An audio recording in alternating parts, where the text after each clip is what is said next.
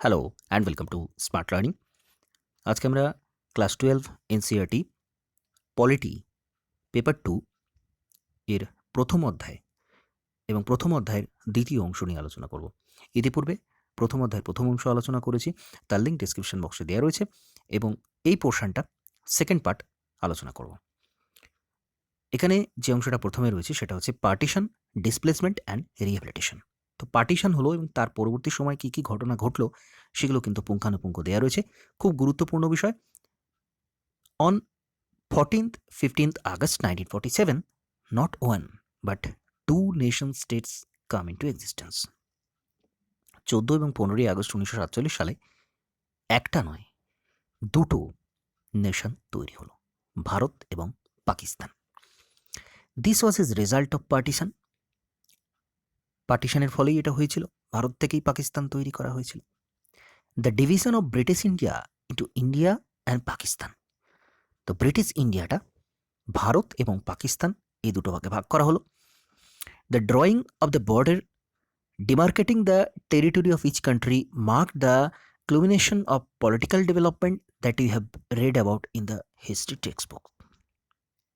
তো border draw করা হলো, দুটো আলাদা আলাদা টেরিটরি তৈরি করা হলো। তো এই যে বিষয়টা, এই সমস্ত আমরা হিস্ট্রি বইতে পড়েছি। According to the two nation theory, very very important, two nation theory advanced by the Muslim League. তো মুসলিম লীগের এই টু নেশন থিওরিটা কিন্তু ছিল, যেটার প্রোপাউন্ডার বলা হয় সৈয়দ আহমেদ খাঁকে, এবং পরবর্তীকালে মোহাম্মদ আলী জিন্না কিন্তু এইটা ছড়িয়েছিলেন মুসলিম লীগের পক্ষ থেকে two nation theory. India consisted of not one but two people. এখানে কি বলা হচ্ছে, ভারতবর্ষে যারা মানুষ বাস করে সেখানে দুটো বিভাজন রয়েছে, হিন্দু এবং Muslim. That is wise it demanded Pakistan a separate country for the Muslim. সেই জন্য মুসলিম লীগ কিন্তু একটা নতুন দেশ পাকিস্তান ডিম্যান্ড করে। The Congress oppose this theory and the demand for Pakistan. Congress এটা অপোজ করেছিল, এর বিরুদ্ধাচারণ করেছিল, এই থিওরিটাকে তারা মেনে নেয়নি। But several political development in 1940s, the political competition between the Congress and the Muslim League and the British role led to the decision for the creation of Pakistan. কিন্তু 1940-এর দশকে পলিটিক্যাল কম্পিটিশন এবং ব্রিটিশ রোলের একটা ভূমিকা ছিল নতুন একটা দেশ পাকিস্তান তৈরি করার জন্য। সেটা আমরা হিস্ট্রির বিষয়, হিস্ট্রিতে জানি আমরা 1940-এর পর থেকে বহু বিবিধ ঘটনা ঘটেছে, বহু চেষ্টার পরেও কিন্তু দেশ বিভাগটা রোধ করা যায়নি, শেষ পর্যন্ত বিভাগ হয়েছিল। তো সেটা ইতিহাসের বিবেচ্য বিষয়। প্রসেসেস অফ পার্টিশন, পার্টিশনের পদ্ধতিটা কীরকম ছিল? Thus, it was decided that what was till then known as India would be divided into two countries. তো এখানে ডিসিশন নেওয়া হলো কি, পাকিস্তানকে দুটো ভাগে ভাগ করা হবে, ভারত এবং Pakistan. Such a division was not only very painful but also very difficult to decide and to implement. এটা শুধুমাত্র কষ্টকর ছিল না, এটা খুব কঠিন ছিল, একটা কঠিন বিষয় ছিল এই ডিসিশনটা নেওয়া এবং সেটা ফলপ্রসূ করা। It was decided to follow the principle of religious majorities. Religious মেজরিটিকে বেস করে এই বিভাগটা হয়েছিল, পাকিস্তানে মুসলিম মেজরিটি এবং ইন্ডিয়াতে Hindu majority. This basically means that areas where the Muslim were in majority would make up the territory of Pakistan, the rest was stay with India. তো এই বিষয়টাই বলা রয়েছে। The idea might appear simple but it presented all kind of difficulties. এটা দেখে মনে হতে পারে এটা খুব ইজি ব্যাপার, কিন্তু এর মধ্যে প্রচুর সমস্যাদীর্ণ ছিল। First of all, there was no single belt of Muslim majority areas in British India. British ইন্ডিয়াতে কোনো মুসলিমদের সিঙ্গেল বেল্ট কিছু ছিল না, মেজরিটি এরিয়া শুধুমাত্র পার্টিকুলার একটা জায়গাতে শুধু মুসলিম, এরকম কিন্তু ছিল না। There were two areas of consultation, দুটো এরিয়া ছিল, one in the west and one in the east, একটা পশ্চিম এবং একটা পূর্বে। আমরা জানি পূর্ব দিকে পূর্ব পাকিস্তান, যেটা বর্তমানে বাংলাদেশ, এবং পশ্চিম দিকে Pakistan. There are no way this two parts could be joint. এই দুটো অংশ একসাথে জোড়া সম্ভব ছিল না, একেবারে পশ্চিম দিক একেবারে পূর্ব দিক জোড়া লাগা সম্ভব নয়। So it was decided that the new country Pakistan will comprise two territory, west and east Pakistan, separated by a long expanse of Indian territory. শেষ পর্যন্ত এটা ডিসাইড হলো কি, পাকিস্তানে দুটো অংশ থাকবে, পশ্চিম পাকিস্তান এবং পূর্ব পাকিস্তান। পশ্চিম পাকিস্তান যেটা বর্তমানে পাকিস্তান, এবং পূর্ব পাকিস্তান অর্থাৎ বর্তমানে যেটা Bangladesh. Secondly, not all Muslim majority areas wanted to be in Pakistan. সমস্ত মুসলিম মেজরিটি এরিয়া কিন্তু পাকিস্তানের সাথে যোগ দিতে চায়নি। খান আব্দুল গফর খান, the undisputed leader of the northwestern frontier provinces and known as Frontier Gandhi, was staunchly opposed to the two nations theory. Eventually, his voice was simply ignored and the northwest frontier provinces was made to merge with Pakistan. তো অনেকেই যোগ দিতে চায়নি। এখানে example দেওয়া রয়েছে, খান আব্দুল গফর খান আমরা যিনি প্রত্যেকে, যাকে ফ্রন্টায়ার গান্ধী বলা হয়, উত্তর পশ্চিম দিকে যিনি স্বাধীনতার লড়াই লড়েছিলেন, এবং পরবর্তীকালে ওনাকে ভারতরত্নও দেওয়া হয়েছিল। যে দুজন ব্যক্তি ভারতরত্ন, ভারতের বাইরের মানুষ যারা ছিলেন, পরবর্তীকালে ভারতের বাইরে বলা যায় যে খান আব্দুল গফর খান, তাকে দেওয়া হয়েছিল, আর দেওয়া হয়েছিল নেলসন ম্যান্ডেলাকে। যাই হোক, তো সেই খান আব্দুল গফর খান তিনি কিন্তু ভারতবর্ষেই থাকতে চেয়েছিলেন, কিন্তু তার কথা শোনা হয়নি। ওই নর্থ ওয়েস্ট ফ্রন্টিয়ার রিজনটা, পাকিস্তানের পশ্চিম দিকের অংশটাও পাকিস্তানেরই অন্তর্ভুক্ত করা হয়। The third problem was that two of the Muslim majority provinces of British India, Punjab and Bengal, had very large areas where the non-Muslims were in majority. Muslim majority প্রভিন্সের মধ্যে পাঞ্জাব বেঙ্গল ছিল, কিন্তু এদের একটা বড় অংশ আবার নন মুসলিমও ছিল। Eventually, it was decided that these two provinces would be bifurcated according to the religious majority at the district or even lower level. District বা তার থেকেও নিচু লেভেলে, আরও গ্রাম লেভেলে, মহকুমা লেভেলে এই শ্রেণী বিভাগটা ভাগটা করা হবে। This decision could not be made by the midnight of 14th-15th August. It meant that a large number of people did not know on the day of the independence whether they were in India or in Pakistan. খুব বড় এখানে একটা বিষয় বলা রয়েছে, যে এই যে বাইফার্কেট করা হবে, পাঞ্জাব প্রভিন্স, বেঙ্গল প্রভিন্স, ঠিক কোন কোন এরিয়াগুলো কোথায় যাবে, পাকিস্তানে থাকবে নাকি ভারতবর্ষে যাবে, এটা কিন্তু 14-15 আগস্ট নাগাদ জানা যায়নি 1947 সালে। অর্থাৎ ভারত যখন স্বাধীনতা লাভ করছে, ভারতের বহু মানুষ জানেন না তারা ভারতবর্ষে থাকছেন না পাকিস্তানে যাচ্ছেন। খুব গুরুত্বপূর্ণ বিষয়। The partition of this two provinces cause the deepest trauma of partition. খুব এই যে পোর্শনটা, এই যে এই বেঙ্গল এবং পাঞ্জাব প্রভিন্স, এর যে পার্টিশন, সেটা কিন্তু বহু ঘটনাবহুল ছিল এবং খুবই দুঃখপূর্ণ একটা ঘটনা ছিল। This was related to the fourth and most intractable of all the problems of partition. This was the problem of minorities on both sides of the border. Minority problem ছিল both side border, দুটো সাইডেই বর্ডারে। কারণ যেখান দিয়েই ভাগ হোক না কেন, মাইনরিটি মেজরিটি বিভিন্ন কমিউনিটি থাকবেই, আর মাইনরিটি কমিউনিটিদের উপরেই সবচেয়ে বেশি প্রেশারটা পড়বে। Lakhs of Hindus and Sikhs in the area that are now in Pakistan and an equal large number of Muslims on the Indian side of Punjab and Bengal, and to some extent Delhi and surrounding areas, found themselves trapped. তো এই যে frontier, এই যে এরিয়াতে, border এরিয়াতে, পাঞ্জাবে, বাংলাতে, এমনকি দিল্লিতেও অনেক মানুষ তারা কিন্তু ট্র্যাপ হয়ে গেলেন। They were to discover that they were undesirable alien in their own home, in the land where they and their ancestors have lived for centuries. তো যারা কয়েকশো বছর ধরে ছিলেন একই জায়গাতে, তারা কিন্তু নিজের জায়গাতেই নিজে এলিয়েন হয়ে পড়ছেন। As soon as it became clear that the country was going to be partitioned, the minorities on both sides became easy target of attack. খুব গুরুত্বপূর্ণ বিষয়। এই বাউন্ডারি যুক্ত এলাকাতে মাইনরিটিরা কিন্তু টার্গেট করা হলো, তাদের অ্যাটাক করা হলো। No one had quite anticipated the scale of this problem. No one had any plan for handling this. Initially, the people and political leaders kept hoping that this violence was temporary and would be controlled soon. তো এই যে violence, এই যে attack, চরমভাবে violence হয়েছিল পার্টিশনের সময়। But very soon the violence went out of control. The minorities on both sides of the border were left with no option except to leave their homes, often at a few hours' notice. খুব করুণ ঘটনা এখানে ঘটতে শুরু করে পার্টিশনের পর থেকে। Out of কন্ট্রোলে চলে গিয়েছিল ভায়োলেন্সটা, আয়ত্তের বাইরে। দুটো সাইডেই যারা মাইনরিটি ছিল তাদের বাড়ি ছাড়তে বলা হলো, এমনকি কয়েক ঘন্টার নোটিশের মধ্যে তাদেরকে ছাড়তে বলা হলো। এরকম ঘটনাও ঘটতে দেখা গেছে। কনসিকোয়েন্সেস অফ পার্টিশন, কী কী ফলাফল হয়েছিল এখানে একটা চিত্র দেওয়া রয়েছে, আমরা দেখতে পাচ্ছি। ট্রেনে প্রচণ্ড ভিড়, ট্রেনের মাথায় চড়ে বসেছেন মানুষরা। A train full of refugees in 1947। অনেক কিছু কথা বলছে এই চিত্রটা।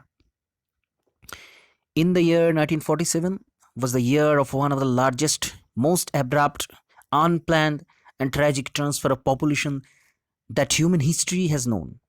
There were killings and atrocities on the both sides of the border. In the name of religion, people of the one country ruthlessly killed and maimed people of their country, of the other country. তো এই যে tragic transfer of population, ওই যে 1 ঘন্টার নোটিশে তাদের ঘর ছাড়তে বলা হলো, এই যে লার্জেস্ট, মোস্ট অ্যাব্রাপ্ট, আনপ্ল্যান্ড, পুরোটাই আনপ্ল্যান্ড ছিল। হঠাৎ করে তারা জানতে পারলো যে তারা আর তাদের দেশের নয়, তাদেরকে যেতে হবে অন্য দেশে। এই যে ট্র্যাজিক ঘটনা, হিউম্যান হিস্ট্রিতে এটা কিন্তু এত করুণ ঘটনার কিন্তু নেই। There are killings, atrocity on the both side of the border. দুদেশেই কিন্তু এই জিনিসটা হয়েছিল, মাইনরিটিদের উপর অত্যাচার। In the name of the religion, ruthlessly killed main people of the other country. Cities like Lahore, Amritsar and Kolkata became divided into communal zones. তো এই যে পাঞ্জাব এবং বেঙ্গল প্রভিন্সের কথা বলা হলো, এই দুটো এরিয়াতেই, বর্ডার এরিয়াতে সবচেয়ে বেশি করুণ ঘটনা ঘটেছিল, কারণ পাকিস্তান এবং Bangladesh border. Muslims would avoid going into an area where mainly Hindus or Sikhs lived. Similarly, the Hindus and Sikhs stayed away from areas of Muslim predominance. তো একে অন্যের এলাকাতে যেতেও ভয় পাচ্ছে। Forced to abandon their homes and moves across border, people went through immense suffering. তো তাদের বাড়ি ছাড়তে বাধ্য হল, বর্ডারের অন্য পারে যেতে বাধ্য হলো, তাদের ঘর বাড়ি ছেড়ে, তাদের সমস্ত প্রপার্টি ছেড়ে। এবং কোথায় গেল তারা? রিফিউজি ক্যাম্পে চলে গেল। যে দেশে তারা কয়েকশো বছর ধরে বসবাস করছিল, যে স্থানে, সেখানে তাদের সমস্ত প্রপার্টি, সমস্ত কিছু ছেড়ে দিয়ে অন্য দেশে চলে যেতে হচ্ছে। এবং সেখানে কোথায় যাচ্ছে? রিফিউজি ক্যাম্পে। তাদের সেখানে কিছু নেই। They often found unhelpful local administration and police in what was still recently their own country. Unhelpful local administration, কারণ তারা কিছুদিন আগেও যেটা তার নিজের দেশের অংশ ছিল, সেটা হয়ে গেছে অন্য দেশ। They travel to the other side of the new border by all sorts of means, often by foot. হেঁটেই পার হতে হয়েছে বহু মানুষকে। Even during this journey, they are often attacked, killed or raped. তো তাদের উপর আক্রমণ করা হচ্ছে, যখন যারা জার্নির সময়তেও তাদের উপর আক্রমণ করা হচ্ছে। Thousands of women were abducted on the both sides of the border. They were made to convert to the religion of the abductor and are forced into marriage. তাদের কিন্তু বিবাহে বাধ্য করা হলো এবং নানান রকম অত্যাচার তাদের উপর করা হলো। In many cases, women were killed by their own family member to preserve their family honor. এত করুণ ঘটনা, সেই মহিলাকে তার পরিবারের লোকই মেরে দিচ্ছে তাদের সম্মান রক্ষার্থে। Mainly children were separated from their parents. Many children were separated. প্রচুর চিলড্রেন তাদের পিতামাতার থেকে তারা আলাদা হয়ে যায়, হারিয়ে যায় তারা। Those who did manage to cross the border found that they had no home. এত কিছুর পরেও যারা অন্য দেশে যেতে সমর্থ হল, তারা দেখলো তাদের ঘর বাড়ি কিছু নেই।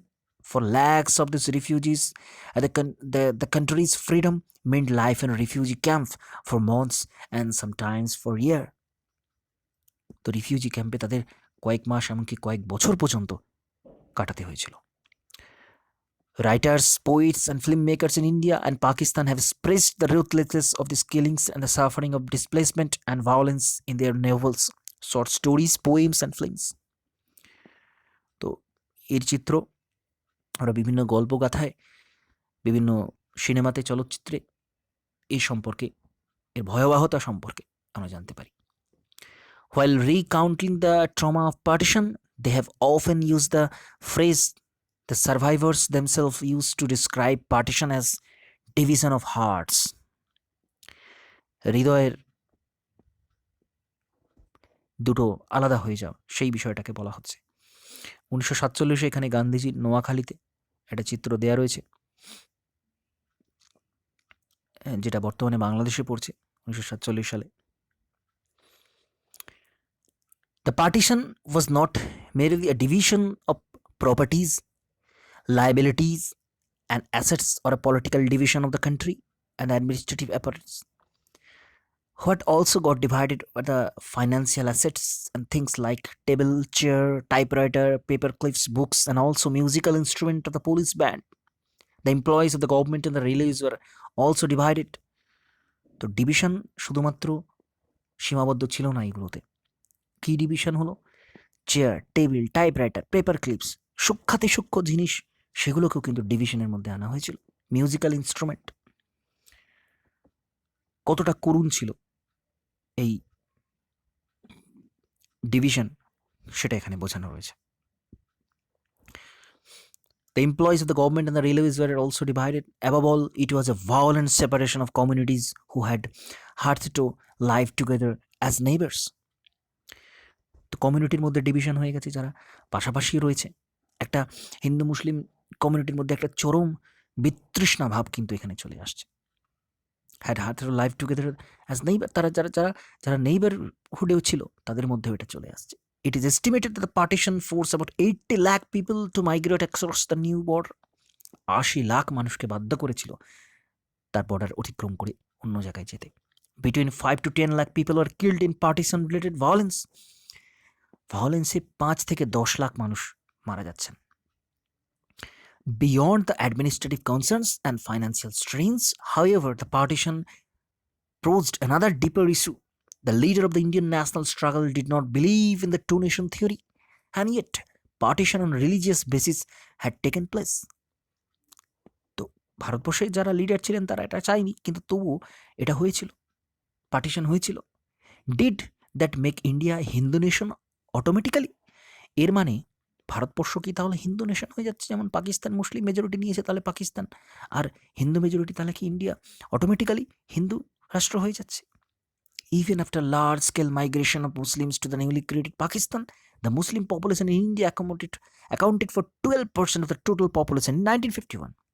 প্রচুর হিউজ পপুলেশন মুসলিম, তারা মাইগ্রেট করে চলে গেল পাকিস্তানে, কিন্তু তাও ভারতবর্ষে 12% মানুষ কিন্তু 1951 সালে মুসলিম ছিলেন, 12% মানুষ চলে যাওয়ার পর। So how would the government of India treat these Muslim citizens and other religious minorities, Sikhs, Christians, Jain, Buddhists, Parsis and Jews? The partition had already created severe conflict between the two communities. তাহলে এই সময় তাদের কাছে একটা, এই লিডারদের কাছে একটা প্রশ্ন চিহ্ন দাঁড়ালো যে ভারতবর্ষ কি তাহলে হিন্দু রাষ্ট্র অটোমেটিক্যালি হয়ে যাচ্ছে? তাহলে এদের সাথে কিভাবে ডিল করা হবে? অন্যান্য যারা মাইনরিটি আছে তাদের সাথে কিভাবে ডিল করা হবে? তাদের সাথে কীরকম ব্যবহার করা হবে? There are competing political interests behind these conflicts. The Muslim League was formed to protest the interest of the Muslim in colonial India. It was in the forefront of the demand for a separate Muslim nation. এই কনফ্লিক্টের political interest ছিল।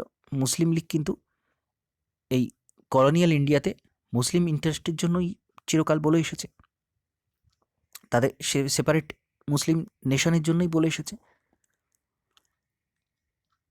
Similarly, there are organizations which are trying to organize the Hindus in order to turn India into a Hindu nation, but most leaders of the national movement believe that India must treat persons of all religions. তো অনেকেই ভারতবর্ষ হিন্দু রাষ্ট্রকে এরকম চেয়েছিলেন, কিন্তু অধিকাংশ leader তারা কিন্তু চাইছেন যে সমস্ত রিলিজিয়ানকে একইভাবে ট্রিট করা হোক।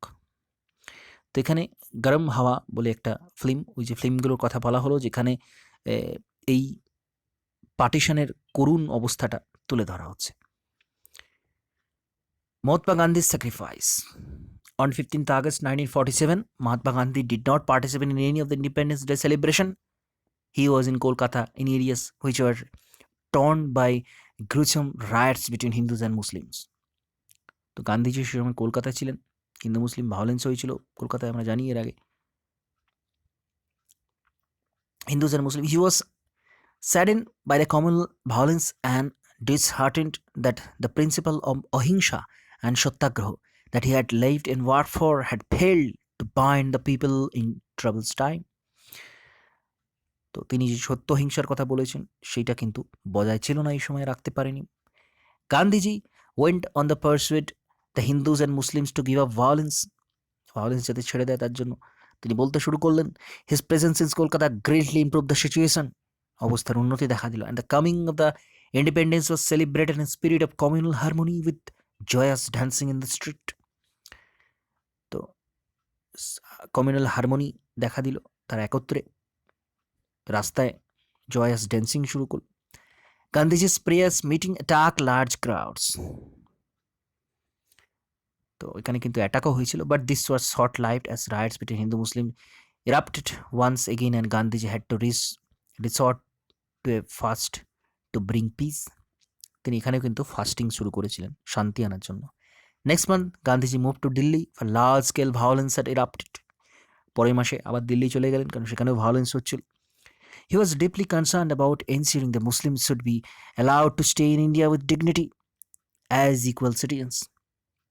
তিনি এটা বললেন যে মুসলিমদেরও কিন্তু ডিগনিটির সাথে ভারতবর্ষে থাকতে দেয়া হোক। He was also concerned about the relations between the Pakistan. He was unhappy with what he saw at the Indian government decision not to honor his financial commitment to Pakistan. তো এই সময় ভারত সরকার এবং পাকিস্তান সরকারের যাতে সহাবস্থান বজায় রাখে, ভালো অবস্থা বজায় রাখে, তার জন্য তিনি কথা বলতে লাগলেন, যেটা সেই মুহূর্তে হচ্ছিল না। With all this in mind, he undertook what turned out to be his last fast in January 1948. তো এটা তার লাস্ট ফাস্ট ছিল 1948। As in Kolkata, his fast had a dramatic effect in Delhi. Communal tension and violence reduced. Muslims of Delhi and surrounding areas could safely return to their homes. The government of India agreed to give Pakistan its dues. তো এখানেও কিন্তু কলকাতার মতোই অবস্থার উন্নতি দেখা দিল। গান্ধীজির actions were however not liked by all. কিন্তু এই ঘটনা সকলের সমর্থন পায়নি। Extremist in both the communities blamed him for their condition. তাদের অবস্থার জন্য তারা গান্ধীজিকে দোষী সাব্যস্ত করলো, তারা এক্সট্রিমিস্ট ছিল। হি ওয়াজ particularly disliked by those who wanted Hindus to take revenge or who wanted India to become a country for the Hindus, just as Pakistan was for Muslims. They accused Gandhiji of acting in the interest of the Muslims in Pakistan. তো তিনি যে পাকিস্তানের ফেভারে কথা বলছিলেন তার জন্য কিন্তু তাকে অ্যাটাক করা হলো। Gandhiji thought that these people were misguided. He was convinced that any attempt to make India into a country only for the Hindus would destroy India. তার মত ছিল এটাই যে যদি ভারতবর্ষকে হিন্দু রাষ্ট্র করে দেওয়া হয় তাহলে কিন্তু ধ্বংস হয়ে যাবে ভারতবর্ষ, ক্ষতি হয়ে যাবে। His steadfast pursuit of Hindu-Muslim unity provoked Hindu extremists so much that they made several attempts to assist Gandhiji. Despite his refuse to accept armed protection and continued to meet everyone during his prayer meetings, finally on 30 January 1948, one such extremist, Nathuram Vinayak Godse, walked up to Gandhiji during his evening prayer in Delhi and fired 3 bullets at him, killing him instantly. Nathuram Godse তিনি 30 জানুয়ারি 1948 সালে গান্ধীজিকে হত্যা করছেন।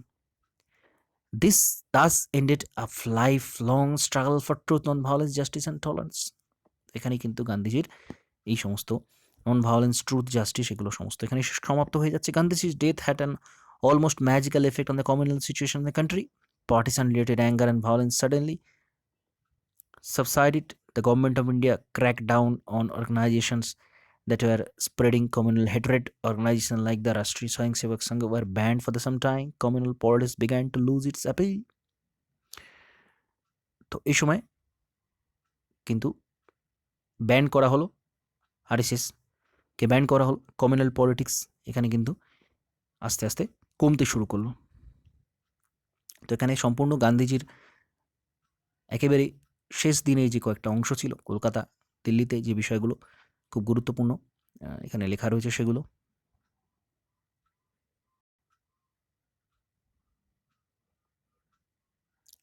তো এখানে বিভিন্ন পত্রপত্রিকা দেয়া রয়েছে গান্ধীজির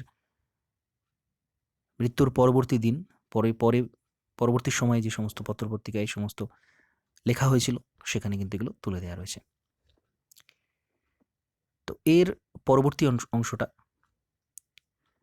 আচ্ছা এইটুকু এখানে রয়েছে। Eventually equally and that India should not be a country that gave superior status to adherents of one faith and interior of those who practiced another religion. All citizens should be equal irrespective of their religious affiliation. Being religious or a belief would not be a list of citizenship. They cherished therefore an ideal of the secular nation. This ideal was enshrined in the Indian constitution. তো এরপর ভারতবর্ষ এখানে ঠিক হলো যে সমস্ত ধর্মের মানুষ তারা সহাবস্থান করতে পারবেন এবং এটা সংবিধানে কিন্তু আনা হলো।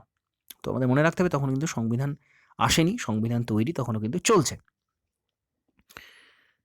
তো খুব গুরুত্বপূর্ণ এই বিষয়টা। এরপর আমরা ইন্টিগ্রেশন অফ প্রিন্সেলি স্টেটস সম্পর্কে জানবো। খুব গুরুত্বপূর্ণ বিষয়। সমস্ত প্রিন্সেলি স্টেট কিন্তু ভারতবর্ষে যোগ দিতে চায়নি। 4টে প্রিন্সেলি স্টেট তারা ডিনাই করেছিল যোগ দেওয়ার, ভারতবর্ষ ডমিনিয়নে তারা যোগ দিতে চায়নি। তো খুব ইন্টারেস্টিং এর পরবর্তী অংশটা। তো এই অংশটা এখানে শেষ করছি। নমস্কার, ধন্যবাদ।